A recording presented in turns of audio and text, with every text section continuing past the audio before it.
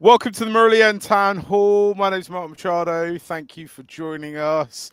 If you haven't come across us before, with the Murali End, we chat about Sri Lankan cricket almost kind of incessantly. It's like all we ever do. We've got WhatsApp channels, we've got Substacks, we're on Twitter, we're on Instagram, we're on Facebook. You can get involved in our conversation. We've got a lot to talk about. I'm joined today by Sri Lanka's number one cricket historian, Nicholas Brooks, who's been away historianing around the globe. He's got some exciting projects that I'm sure in time you will hear about. And I'm also joined by my cousin, the professor of cricketology, Dominic Machado.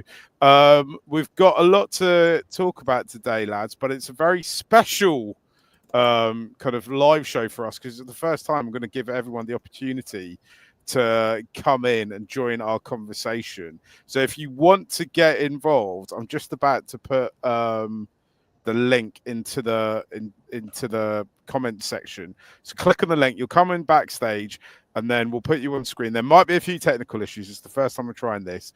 And then you can kind of get involved, can chat about it. Obviously, no bigotry, no, like, you can swear, but be mindful that your mum and your aunts and your uncles are probably watching this. And our moms and aunts and uncles will also be dead.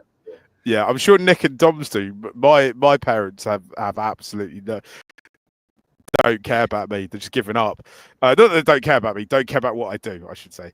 Right, I posted the link now. Get involved in the town hall. This is the link. Right, so hitting that link, it'll take you backstage. I once got a few people lined up, we'll get you on. Nick, let's hear from you because we haven't heard from you for a little while. Sri Lanka recently concluded series against Bangladesh. The ODIs and tests were successful. The T20s weren't. What was your kind of takeaway, if any, from that? Yeah, it was all going really well, wasn't it? And I sort of got into that mind frame of Bangladesh aren't going to win a game on this whole tour. And then it kind of spectacularly fell apart in the T20s. And I guess my overwhelming or overriding takeaway is just, I'm sure, something that we'll get into, but I'm not quite sure where Sri Lanka are as a T20 side right now. And obviously that's the most pressing concern with the tournament coming up in less than 9 months now. And I think there are lots and lots of questions to answer. I guess the three of us would all probably share the opinion that Sri Lanka's T20 stocks are pretty deep and that the side's bursting with potential, but recent performances haven't really reflected that, right? And I don't know what the 11 or the 15 is going to become that World Cup, and I don't know how Sri Lanka are going to go at all. Yeah, it's the conversation after our chat with Prad last week, Dom, which was quite wide ranging, ended up being quite deep, and it feels to me like there's a lot of frustration among us fans, right? Yeah, a lot of frustration. I was watching some of the Australia-West Indies series, and it's just a totally different brand of cricket that's being played, a different type of T20 cricket that's being played there. A lot more high octane. And we know that this is a place that our players need to develop, right? And need time to develop, but we're not giving them the chances. These pitches, they may have served their purpose 6 months, 8 months ago, but it seems like they're actually having trouble relaying the pitches in ways to actually get good batting wickets, even though they might want to, right? This was the discourse that was going on with Charath and Sanath at the beginning of the tour. We're going to play some flat wickets, and we did not get a single one. And it's in the end kind of hurting us and not really helping us to progress and not allowing our players to develop the skills that they need to face down against the best teams in the world. Yeah. Nick, last week we had Prad on this time last week, and we were talking about what we should be doing on the road to the World Cup. We've got, for fans, it's an exciting time for us, right? We've got Women's World Cup in a few weeks, in about 8 weeks' time. We've got a Men's World Cup in a few months. One of the considerations around the men's squad was whether or not it's too late to bring in fresh faces, new talent. I'm not talking about, the Bangladesh squad was just kind of, I think 17 or 18 players. I'm not talking about the kind of 30 or so players we might expect to see in the conversation, but to bring in people who aren't in the conversation at the moment, who haven't debuted yet. Lassad Cruz Pule. I'm trying to think of other players who might be. Vishen Halumbage. Yeah. Well, even someone like Wiki, right, who played a bit and then has kind of been cast aside. And I guess you'd think that maybe now it's a bit too soon to bring him back. I don't know. There's still that series against England, right? 3 ODIs and 3 T20s. We got the LPL coming up in November, December sometime, apparently. But I think it's too late to make changes en masse. But I think if someone has a really outstanding LPL, you've got to be open to bringing in 1 or 2 new faces, right? The new Anindu Fernandos of the world who have been kind of playing well. And you look at that number 4 spot that we've kind of been struggling to nail down, and you think right-hander, long levers, he might be a guy that could do a job. But then it also raises the question of why haven't we been investing in a guy like him? Yeah, I think this current setup looks like it's more likely to bring players back than to bring players through, whether it's like a Chandimal Charmika was back in this last series.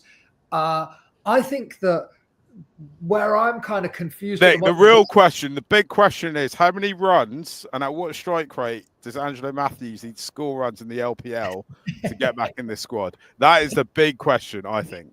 If he's plus 120 strike rate, he's straight in, right? Walk into that number 4 slot. Guys, if you're watching at home or wherever you are, in your cars or on the tube, on the trains and wherever, there is a link in the comment section. You can come and join us.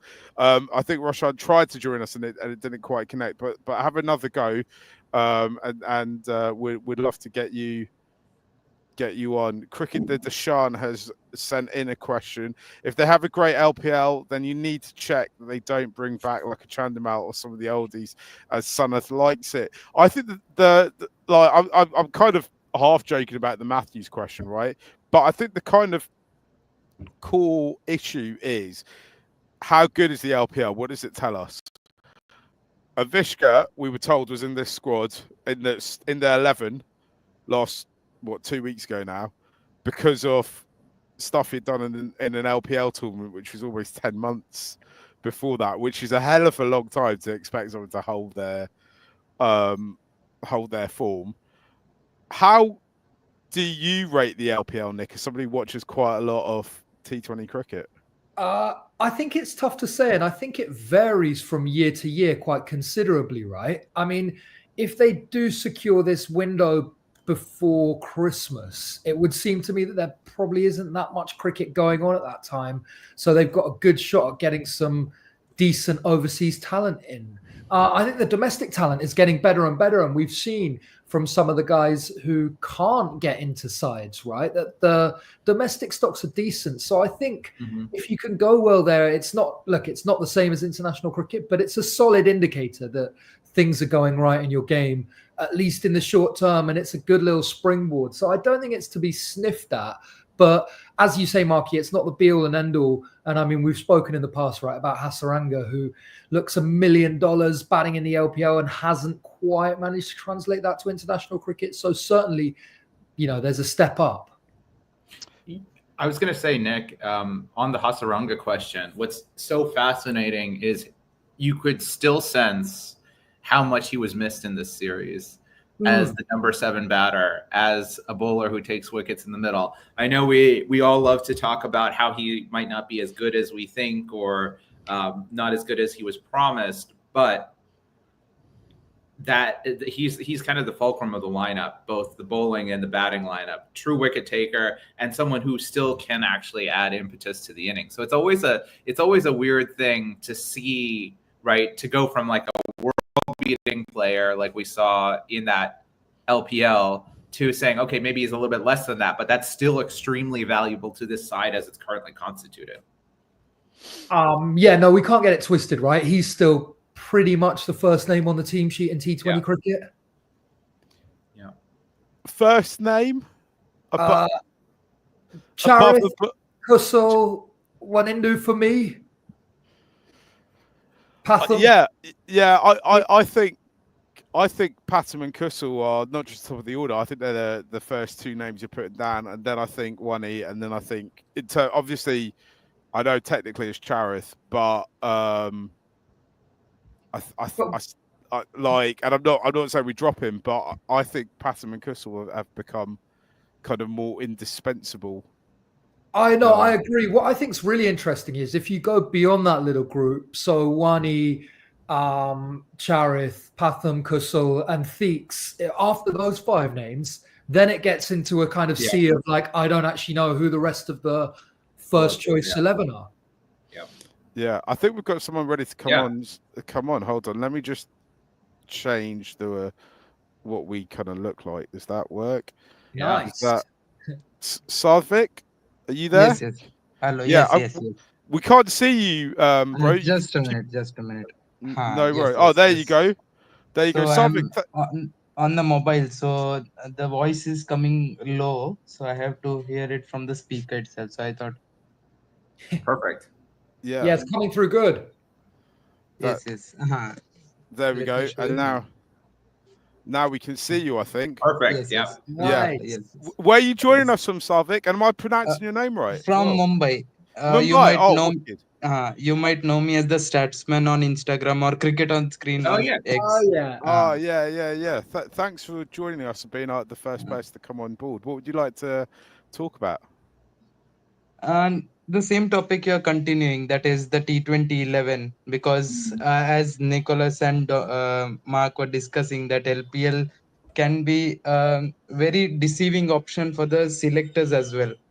They think that we are picking the talent. We have faced it a lot, like Chandimal, Avishka, etc., and a lot of T20 decisions. Like, I'm still surprised that Avishka's position, that number 4, that Mahela, why he did it at first place is surprising, and everyone is following that suggestion. I don't know why. So these are my 2 pertinent questions to start with. I'll take the second one if you want.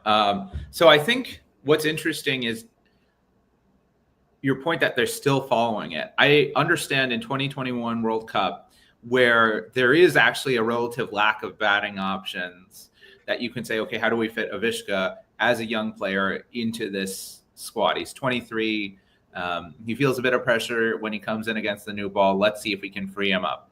So, and it worked, I think, against Oman or something like that. So that makes sense to me in 2021.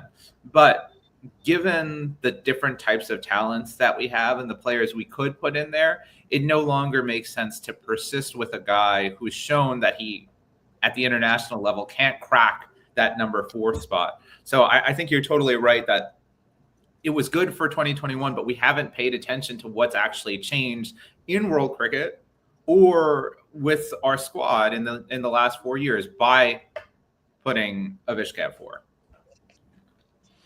Yeah, I agree with much of that. What's your take on it, Nick?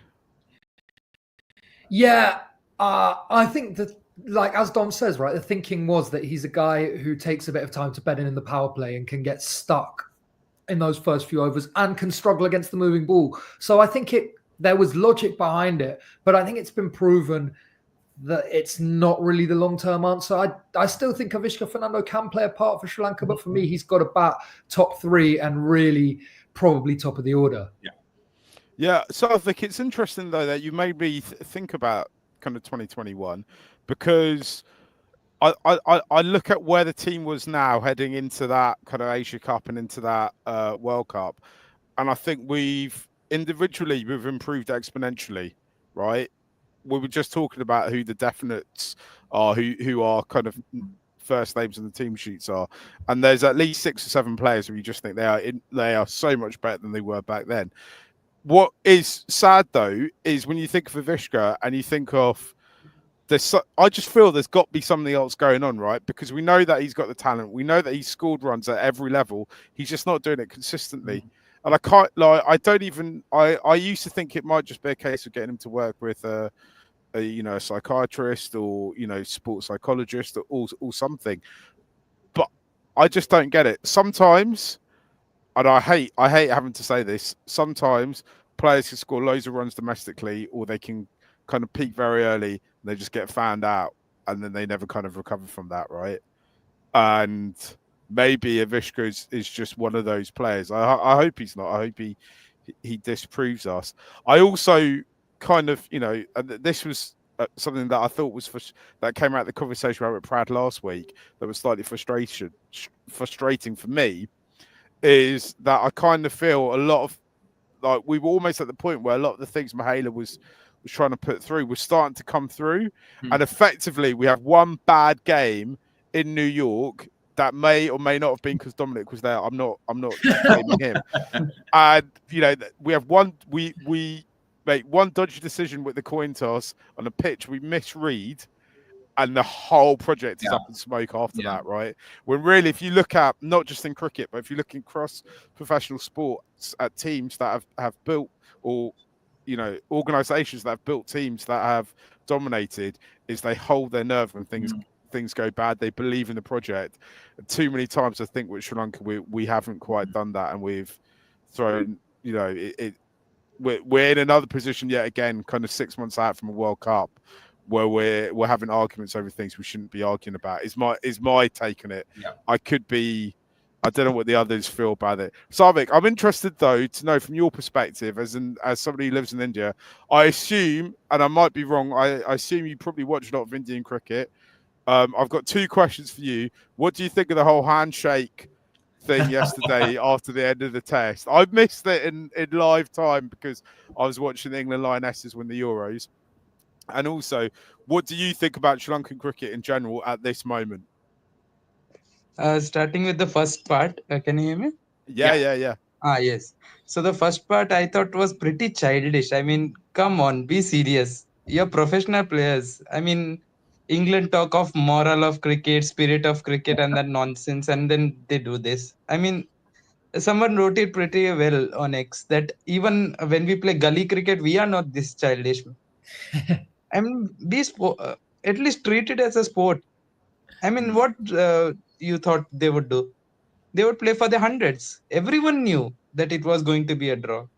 Your bowling was incapable to take 10 wickets. Yeah. They batted.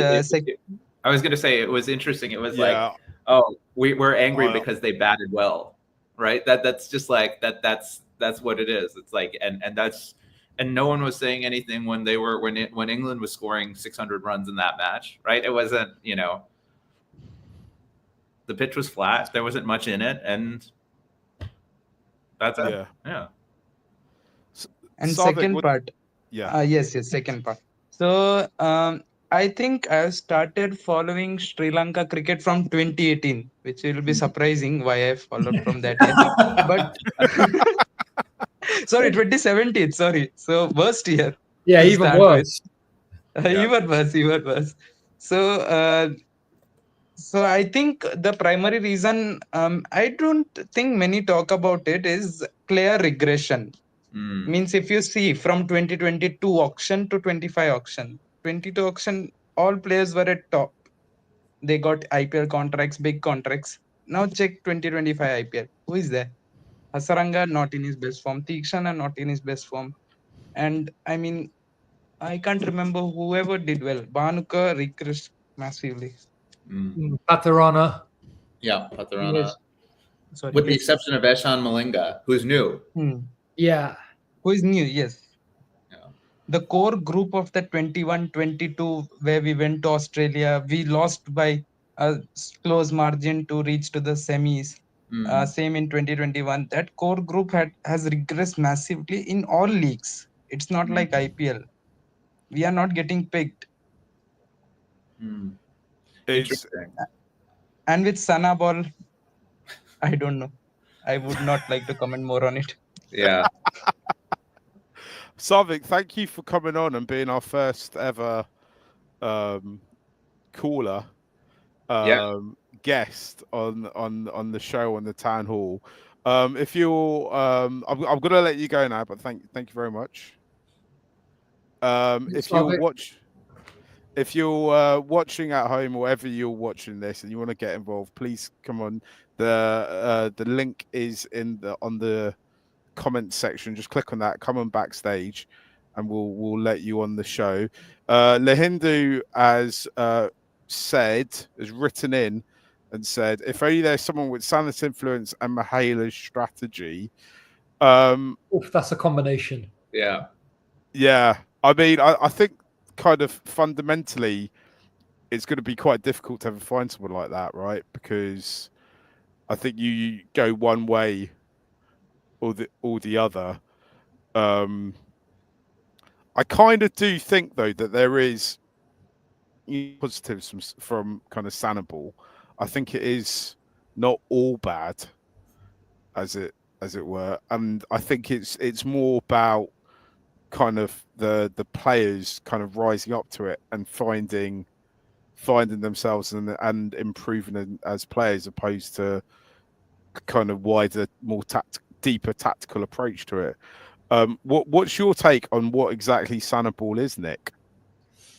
I don't know, because I don't know if you guys agree, but I think there's quite a sort of variance between the way Sri Lanka have been playing tests under Sanath and the kind of white ball strategy, especially at home. Yeah. I think the like area that we have the biggest issue with is the way they've approached white ball cricket at home, right? With a kind of win at all costs, which hasn't even necessarily worked, but by playing on pitches which are really quite different to what you'd expect to get pretty much anywhere else. I suppose what it comes down to, right, is how important is winning? Yeah. Well, go ahead, Nick. Oh, well, no, I think now winning bilateral T20 and ODI series really doesn't matter very much, although I say that having felt stung after losing the T20 series to Bangladesh. So you're in a kind of like can't win situation, right? People say they don't matter until you lose them. Yeah. I think the thing is, it's thinking about how do we construct a T20 side? And to me, it just doesn't look like they're actively strategizing. It's the most strategic form of the game where every ball is an event and everything matters. You have to be able to think carefully about that, to use all the resources. I think if we're comparing 2021 to 2025 Sri Lanka, is we just have so many more resources. And it's sad to see that we're not using those resources properly. I think one of the comments was, it was really, and this is when we had Madushka Balasurya on, it was sad looking at the Sri Lanka bench and seeing Dunetwal Alage, Leshan Malinga, Matisha Patarana, all sitting there on the bench. There's oodles of talent there. And it's nothing against the other players that we're putting in the side, but it's like we need to do a little bit. We need to do more with what we have. And I think Jack Collis has a good point here. I know that's not how Jack Collis spells his name, but maybe he's coming in and offering some coaching insights. But giving chances to tried and failed T20 batsmen like Chandamal, Lavishka, Dawson is not the answer. Doing so, we're going backwards instead of forward. We don't take risks with newbies. Now, this is again, tying it into talking about earlier, regression, not taking risks. I'm wondering, is there something culturally about taking risks that's stopping us from investing in the likes of someone like a Vishen Halumbage? Like, what do we lose? If he scores no runs, we already have someone scoring no runs at number 4. Is it a huge risk if he just doesn't go in and score? But I think that like the kind of counter argument to that, I would say, is the kind of Vishka thing, right? Where I do think he was mismanaged early on, and that has kind of caused this like perma crisis with him, because it's that insecurity that it's built. If you look at someone like Pathum and Charath are two players who basically kind of, obviously right at the beginning, it's a bit staccato as they're kind of breaking into the team, where they come in and not.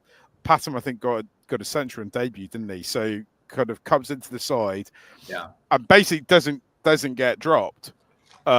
We know Mickey Arthur, who was the coach at the time, talks, to this day, he still talks about, he saw Pathum and was like, right, this guy's got something. I want to just back him. There's a lot to be said about backing a player. my kind of worry is I'm still nervous about this coaching setup. If you bring in the Herlumbage, he comes in, doesn't do anything for 3 games, then there's a huge social media clamour, and then this kid gets dropped and we never see him again. We don't see him for 6 or 7 years. And you're like, where's he gone? Where is he in that? You know, what happens in the wilderness? Is he wandering around Egypt somewhere? I don't know. Like, this brings up another name. Oh, go ahead, Nick. Go for it.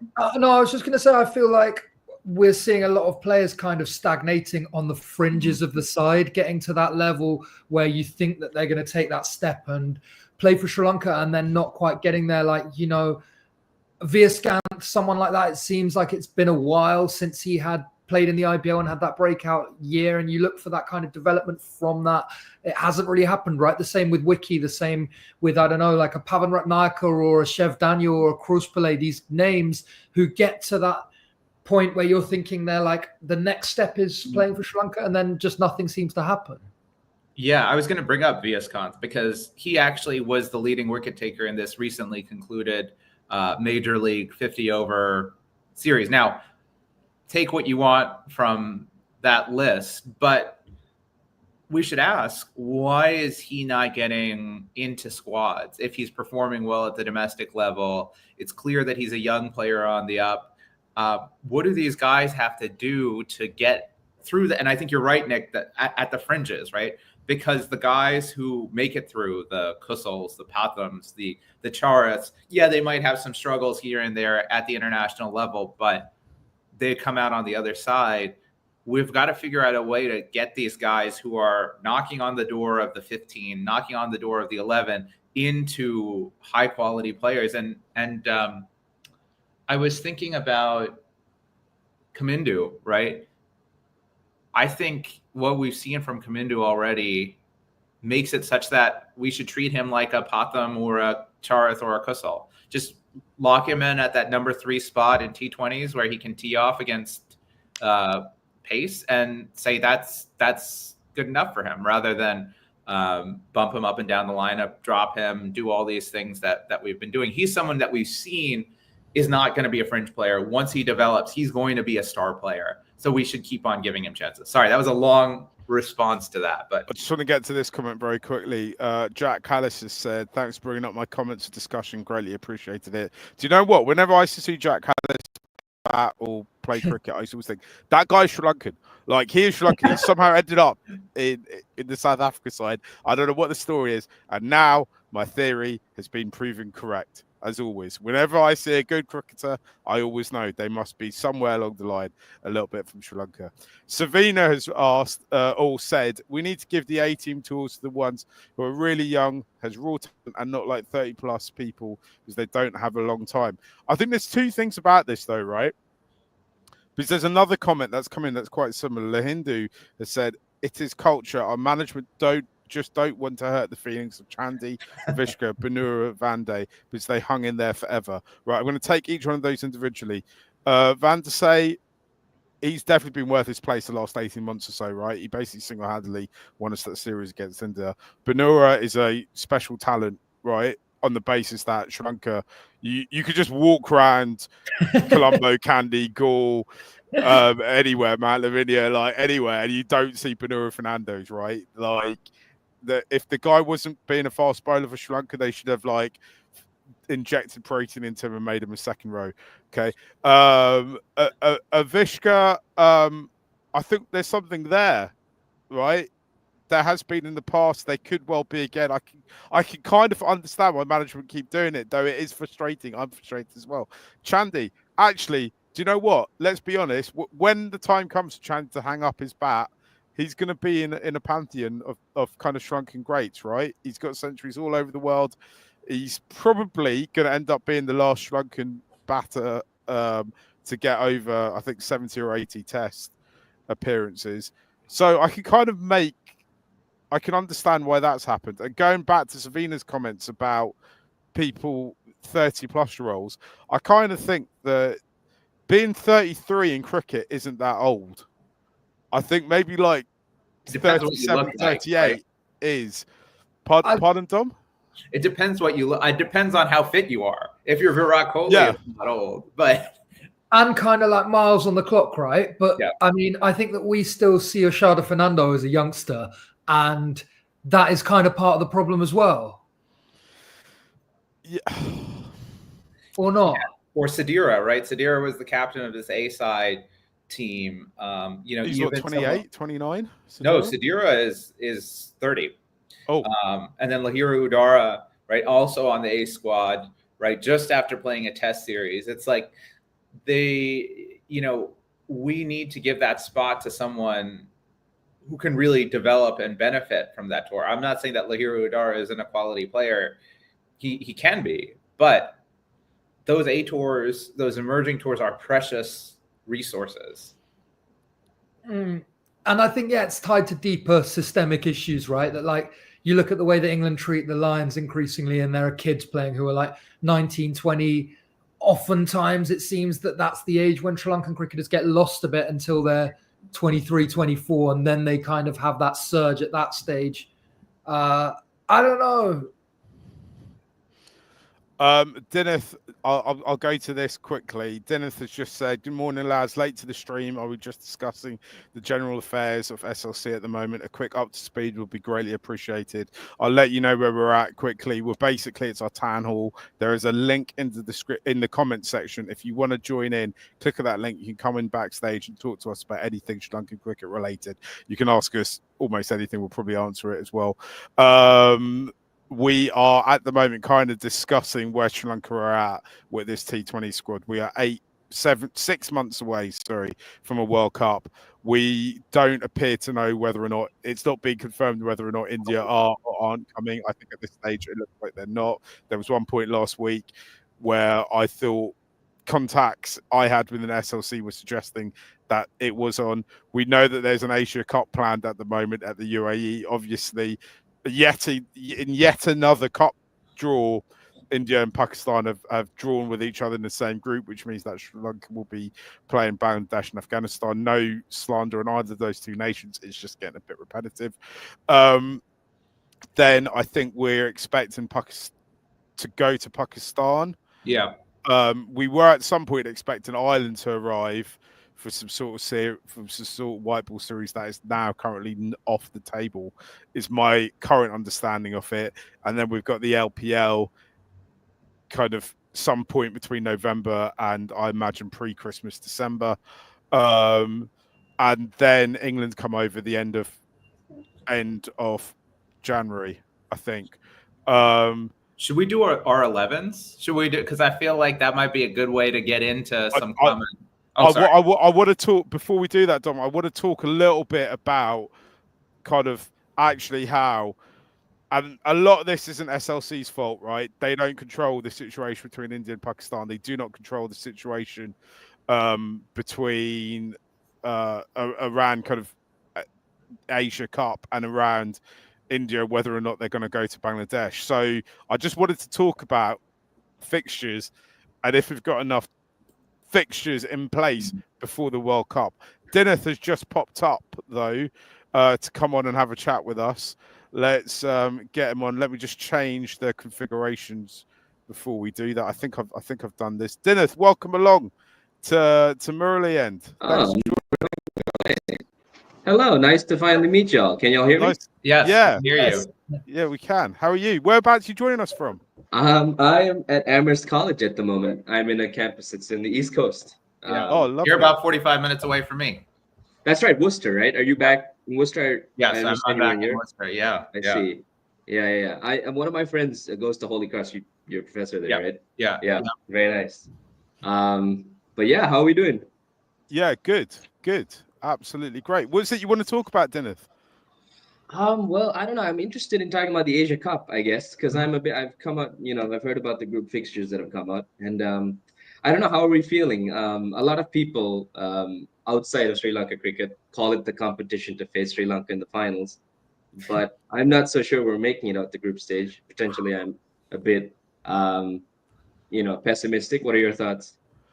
So I'll go first because I'm obviously the most optimistic Sri Lanka fan in the world. So I think that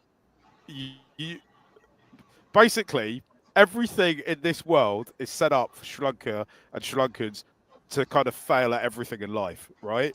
Like everything that could go wrong for Sri Lanka and Sri Lankans over the last since independence and maybe before, I don't know, I haven't checked, probably don't want to check, has basically happened, right? There is no other place on earth where as much like all the things that can go wrong have gone wrong. Yet, despite all that, the Sri Lankan cricket team has consistently produced A, incredible players, and B, incredible performances. And unlikely performances when in moments when things have gone wrong. I mean, we're all brought up on the myth of '96, right? And that kind of belief is installed through the sides, and it's in our kind of mythology and mythos around it. I kind of think that said that there's two other teams in this tournament who kind of believe that they can achieve anything, right? I think that's India. I also think that's Afghanistan. I think Afghanistan have kind of a similar backstory. In a way, it's kind of like a reboot like story of Sri Lanka's story. They're just looking for that big tournament moment, right? Which they haven't quite had yet. But it kind of feels like that could happen. I think the kind of opposite of Sri Lankan cricket is Bangladesh cricket, right? Where actually, like, apparently, I'm told, I know there's allegations of corruption, but there's loads of money in it. People who know Bangladesh cricket say it can be quite well run in places, yet they can never get it together in a tournament. That's why going into a tournament, I'm always optimistic about it. I think that some sports sides, just when they get to places, when they play in certain tournaments, they just think this is us, we can do this, and they kind of don't feel the pressure like other sides do. I don't know what Dom and Nick think about it though. I think it's pretty easy to look at those tables and see what Sri Lanka have landed in as like the group of life, as like not having India and Pakistan in it. But I don't think it's going to be that straightforward, right? Games against Afghanistan and Bangladesh. I think Afghanistan are a really good T20 side, and Bangladesh have just beaten us at home. So those games aren't foregone conclusions. And it'll be exciting. I would still expect Sri Lanka to qualify. But you can't take anything for granted at these tournaments, right? Yeah, I think the other thing is it depends what wickets we play on. Flat wickets, I would give us the advantage against Bangladesh. I think our bowling attack can do more, and I think Patham and Kusal will be able to fully kind of be unleashed in those kind of circumstances. The games we lose to Bangladesh are always when we score like sort of a below par total. The Afghanistan is good as well. I think if we get our combination right, we should be good enough to get to the final. I think actually the group of life is the other side, because Pakistan, I'm not sure would they might be the fifth best of the big Asian sides right now in T20 cricket. Hard to say. But they kind of get a free pass to the final because, or to the group of four. But I think it'll be hard fought cricket. I think we're going to have to show up and play our best cricket. And we're going to have to show up and have a way that we play. When we were so successful in 2022, it was because we showed up and had a huge plan, right? We had a plan. We knew what to do. We expected something from everyone in that side, not just a couple players have big matches and things like that. So I think that's what Sanath and team need to do between now and then is say, all right, how do we win T20 matches when the pitches aren't laid by our curators and we don't get to pick when we bat? I think that having this group is kind of better than being with India or Pakistan, because I think that we are not kind of guaranteed to have two kind of competitive games, or two games that at least we're going to have to focus on, right? And actually, I love winning things, and I love watching Sri Lanka win things. I've never won anything in my life, but it's really a warm up for the World Cup, right? And it's going to be in the UAE, so the wickets will probably be better than, or more typical to the kind of wickets that we might have to face around the world than what we'd prepare at home. I think at this World Cup, obviously, it's at home, which is an advantage to us. But I think I think I'm right in saying at some point we basically have to hand the wickets over to the ICC, Yeah. who then kind of prepare it the way they want. So in a way, I think it's quite good also that it's outside of Sri Lanka, because I think it might be closer to the wickets that we end up actually playing on, which actually I think kind of might suit what we're trying to do anyway. Right? What do you think about it, Dineth? What do you think would be a good Asia Cup for Sri Lanka? Obviously, if we won, that'd be a pretty good Asia Cup. But in terms of the pitches, it's come to a point where I do think I'm more confident on like flatter, quicker wickets than our home wickets, kind of for our team. It seems that if you're looking at like the KJPs, for example, it just doesn't seem to be in his element on like a slower wicket where you need to come out and kind of settle. If you look back to his New Zealand performance, that's going to be a prime example, or any of the flat wicket performances he's given in the PSL. Mm-hmm. So I think I haven't watched much cricket in the UAE. I imagine those wickets are going to be good for T20 because they host a lot of T20 cricket. So yeah, I think like Nick. I think I expect to make the group 4, and then I think we should make the finals as well, potentially. Yeah, it depends on who we face in the semis, of course. But hopefully not India. That's the yeah. But even if India were to come, like obviously, like Mark said, I don't think it's very likely at this point. I think I read that the BCCI seems poised to reject the proposal at this moment. But even if they came, I think it'd be worth just preparing flat wickets. Yes, we might get destroyed, but at the very least, our batters might be, in their element more so. Yeah. And I say back them, play to their strengths more so than to the weakness of the opponents. That's the thing that's surprising, is that you do have batters that have shown that they can go all over the world and score runs, and then you're not backing them to do so at home. And that's sad. And I think this brings up this question of KJP, because there's been a lot of discussion about this in the comments. So Jack Callis asked, can you please discuss KJP at 4? He did really well in the PSL batting in that slot. He's currently failing as an opener or a number 3. What do you guys think about KJP? How much of that is he's an older guy? How much of that is the wickets, and these are just not good wickets for him to play on? I'm curious what we make of KJP, because I think he's one of the big questions in this squad. Go on, Dennis, tell us what you think. Well, okay, if we're going to talk about him as a question, we need to then bring into account like the idea of replacements, and I'm just wondering who we can replace with him. We already have enough issues with like number 4. Yeah. I think it's safe at this stage to say, yeah, he's just had a bad home series, because like we've talked about, the pitches have been a bit slow.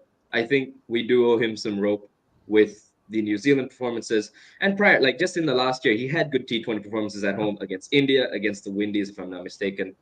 I don't remember the 2-match New Zealand series too well, but I think he's earned a bit of a stay. And also there is the fact that I'm not entirely sure who we'd bring in. You can talk about the Vishen Halamages and stuff, but these are new players. It'll take time for them to settle in. Potentially for number 4, you could try bringing in some new blood, but because, if we're not convinced by the Fernando or Chandimal options, but I think he should be given number 3. KJP's had the strangest career if any Sri Lanka player I could think of. That's about right, Nick, isn't it? Like in the kind of in our lifetimes. Yeah. Going back a bit, Brendan Karupu was a weird one, but KJP for sure. And people will talk about that Durban innings until long after we're gone. I think I agree pretty much. I mean, 3 and 4 have been kind of problem spots for Sri Lanka for a while in T20 cricket, right? There hasn't been any stability there at all. I agree that I think KJP is a much better player on pitches which have a bit more pace and a bit more bounce, right? He's a good cross-batted back foot player. I would stick with Kamindu at 3 and KJP at 4, or vice versa. I don't really have strong opinions about which way those guys should come, but those would be the guys who I'd have in for those roles. That's the way I sees it. Dennis, I'm going to let you go now because we've got Lahindu backstage, but thanks for coming on. Of course, much appreciated. Hopefully we'll get you back at one of these very shortly. Lahindu, thanks for joining us. How you doing? Whereabouts you joining us from? Can you hear me? Yes, man. We can hear you. Yeah, I mean, first of all, guys, I'm a big fan of the show. Thank you. I also have Nick's book as well. Top man. But I did not I did not finish it yet, but that is my mission in 2025. It's a huge book, guys. What I do is not many have finished it. every morning I wake up, I read a little chapter, remind myself of how great we have been. Nice. Yeah. Where are you joining us from, Lahindu? Actually, I'm going from Dubai. I just Lovely. came back. I ran and came back home to join this live today. Running in the Dubai heat. Wow. Oh my goodness. Six-pack coming soon. Lahindu, what do you want to talk about? Yeah. So actually, guys, I mean, see, I don't want to sound bad, but every time that I watch cricket matches nowadays, I remember how when our previous management was involved, how after every game, this media people in TV, in social media, they were creating the environment basically. So I just want to ask your opinion, and then those things I'm not seeing now. So I mean, from you pundits, I want to ask, what do you guys think about cricket politics? Do you mean within Sri Lanka or kind of more No, globally? I mean, let's start within Sri Lanka.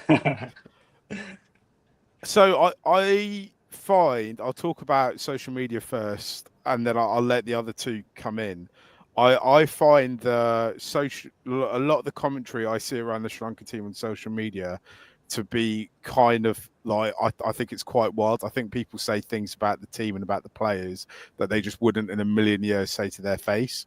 I kind of understand that people get angry and upset about it. I understand the passion that's involved in it. I think, every cricket team's special, but the relationship Sri Lanka has with the people of Sri Lanka and as in the team have with the fans, I think it's slightly it's a bit more different to other parts of the world, but sometimes I think it gets a little bit out of hand. I wonder sometimes if that the pressure that comes out of social media, how it impacts not just the players but also the selectors and the management around the team.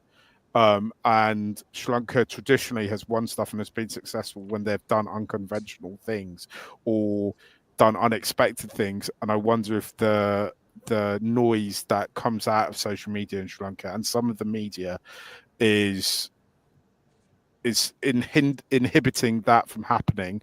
I'll come to Nick on what I'm about to say next because Nick was with me for a lot of it. Last year, Lahindu, me and Nick were with a lot of the press for the Sri Lanka's tour of England, and I was surprised with how open some of the members of the Sri Lankan press corps were about their disdain for some of the Sri Lankan players, which I don't feel as a journalist myself. I don't think that's the right kind of relationship that you should be having. Obviously, everyone has a relationship with everyone else, even if if that person that you watch on TV every day doesn't know that you exist, but you have thoughts about that person, but that shouldn't really reflect how you portray the person on social. Your kind of personal relationship shouldn't be portrayed in social media. I don't know what you think about that, Nick, because I feel like you've been around more cricket journalists who from other teams, as it were. Yeah, I think, hey, Lahindu, I think like the first thing to say is I think that there's a hell of a lot of passion in Sri Lanka for cricket, which is an amazing thing. But I think sometimes that passion can get misplaced. I think another big issue is if you look at that period from like 96 to 2014, right? Sri Lanka got so used to punching above its weight and to winning the whole time at a time when in other facets of life, the country wasn't necessarily in the best state. So there's that kind of, I don't know, like entitlement towards winning, maybe that the public feels like we just turn up and we're going to win games of cricket. And obviously that's happened a lot less over the past 10 years. And so there's like kind of that sense of betrayal of like what's gone wrong and that difficulty with how you process it. I think I agree with a lot of what Mark said, that I think that sometimes, you know, that passion can overspill in ways that aren't necessarily helpful. And of course, everyone thinks that they know best when it comes to fixing the problems. But I think sometimes you've got to trust the guys who are being paid to do those jobs. Although we often say that we don't agree with those decisions. It's really tough, but I think the negativity can be unhelpful. And I think we see it I think Hasaranga is a prime example, right? You look at that World Cup that he was captain of in the USA, and there was so much talk about about his weight, about him going shopping, about all these things. And I think you can see that grating on the players, especially because Sri Lanka's like a small community. You look at Colombo, right? It's a small city. Everyone seems to be like 3 steps away from everyone else, right? A friend of a friend of a friend knows Angelo or something like that. And so I think this stuff does maybe wear on Sri Lankan cricketers in a way that maybe if you're playing in the IPL and, India's a 1.5 billion strong country, it doesn't hit as hard. I don't know. It's tough. And I mean, we as cricket fans, it's natural that we get emotional and we say stuff like that guy had a crap game. But I think that people could think a bit more before they dig out people consistently. I don't know. Where do you stand, Dom? Yeah, I was going to say, I think the thing that maybe you're getting at this, Lahindu, is that there's a lot of fanfare around, we've won, I forget how many consecutive, 8 consecutive ODI home series. And there are certain stats that are being shared that don't just encompass the current regime, but also encompass the regime that came before. And selective discussion of what's gone well and what's gone poorly, who's given chances and who's not. To just cite one example, Kusal Mendes was made a pariah 2 years ago, 3 years ago, more than that. But under the new management has become, it's sort of his growth and development as a player, which if you've been watching closely for the last 5 or 6 years, I think has been going on, is credited to one guy. I think Sanath definitely gets read more positively than most other Sri Lankan coaches, and doesn't. I mean, there are some places on the internet that critique him, this show being one, but I think it can be hard, and it can be hard for players to know where they stand because they feel like they're the scapegoats. They're the reason why the team is not doing well, as opposed to management and selection. So I feel like the discussion has kind of shifted, whereas previously it was like, okay, selectors and coach are crap. Now it's the players aren't doing their job. But that's how I read your comment, Lahindu, which is a little different than how. Yeah. So actually, that's the thing. I mean, I remember when our previous management was there. I mean, after every match, basically there was like million talk shows in social media, about why these guys are not good. But now I'm not seeing that. I mean, I just wanted to know you. I mean, I just wanted to start this discussion as well. Like.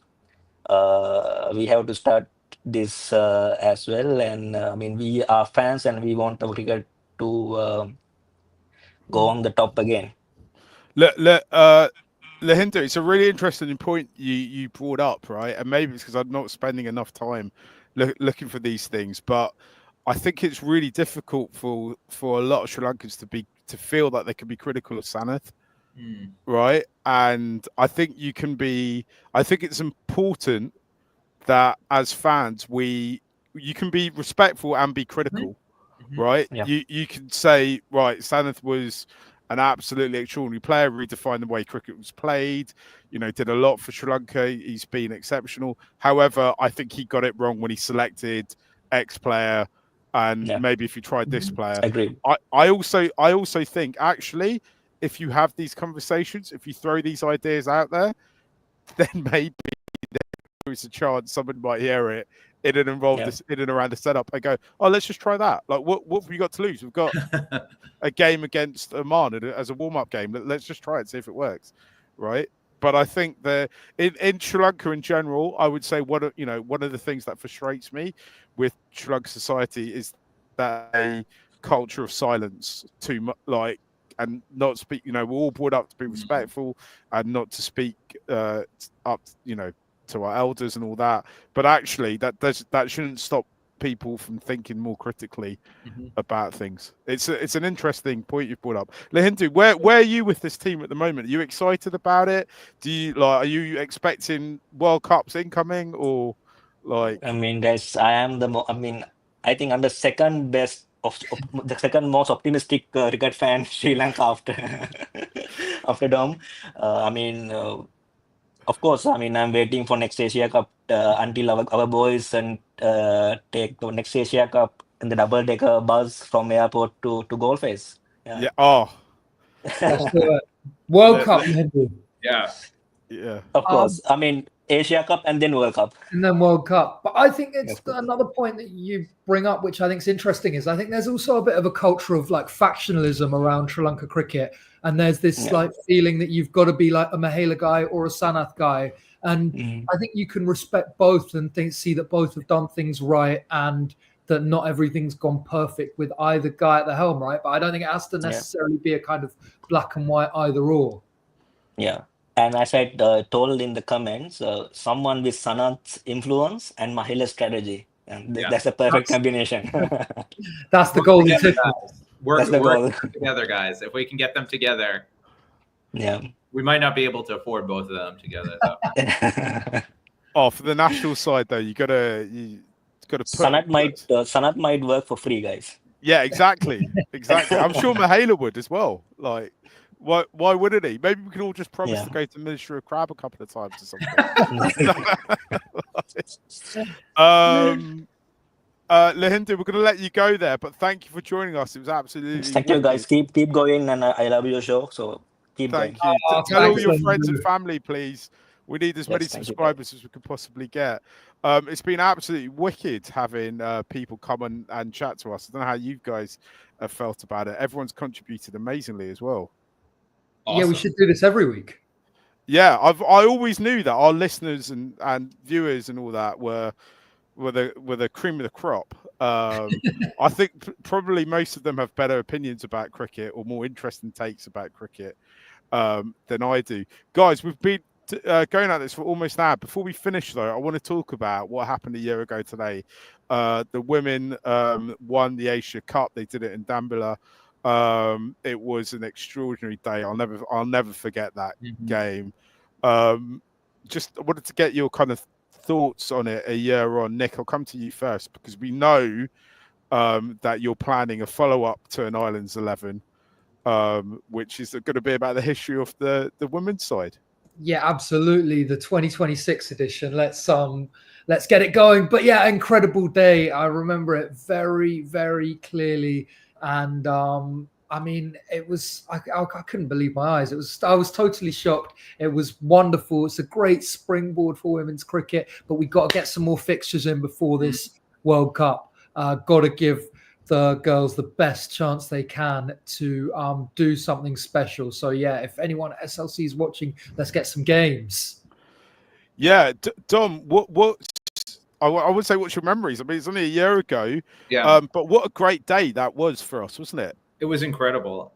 I remember after Chamri got out in the chase, seeing her reaction and then feeling so dejected and thought, okay, I don't know how we're going to do this. But that partnership that Kavisha and Harshita put on was just absolutely box office. They just took the game by the horns. They did not take a back step. And to me, we've been talking about the Sri Lankan style of cricket. That's what we love to see, that fighting spirit, that never say die attitude, and the intensity. It was just amazing. They were just so intense. You could tell they were going to stay out there until they won that match and make sure that Chamri got to celebrate an Asia Cup victory in front of her mom. And the other thing I remember, the fans. How amazing was that crowd that day? That was just utterly amazing. And hey, for T20 cricket, we are the reigning champions of both Asia Cups, the men's and the women's Asia Cups. So we are Asian T20 champions at the moment. I don't think anyone could fight us on that, right, Mark? Yeah, absolutely. I think that's why everyone's looking forward to this Asia Cup final between India and Sri Lanka imminently. The world champions versus the continental champions. It's like Spain versus England in the Euros final yesterday, isn't it? For a whole different continent. I would really, really appreciate it if Sri Lankan Cricket were able to organise some fixtures for the women's team, though, Yes. because I think this, we've got this. I'm hoping to kind of get the Charmy Army in full flight for this home World Cup, and I just think to give the girls the best shot at this World Cup. We're surprised World Cup hosts. We weren't meant to be doing it till a few weeks ago. And I just think to get them in best shape, they just need some cricket. They just need to be playing cricket at this moment in time. And it kind of feels to me like it could well be a missed opportunity. I'm sure there is other people in SLC frustrated about it. And I'm sure there's people who are trying to get those fixtures organised. So hopefully, imminently, we'll find out more about some games turning up. Guys, should we leave it there for today?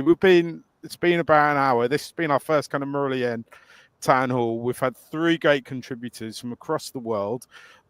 We might do it again very soon, potentially next week. Let's see. A week's a long time in Sri Lankan cricket, right?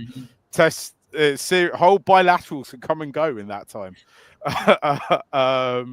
We could be 2 or 3 coaches away along in a week, or 5 or 6 captains. Who knows? Guys, we've been the Murali End. Thank you for watching. Thank you for listening. We'll be back again very soon. Tell all your friends and family about us. Much love. Bye.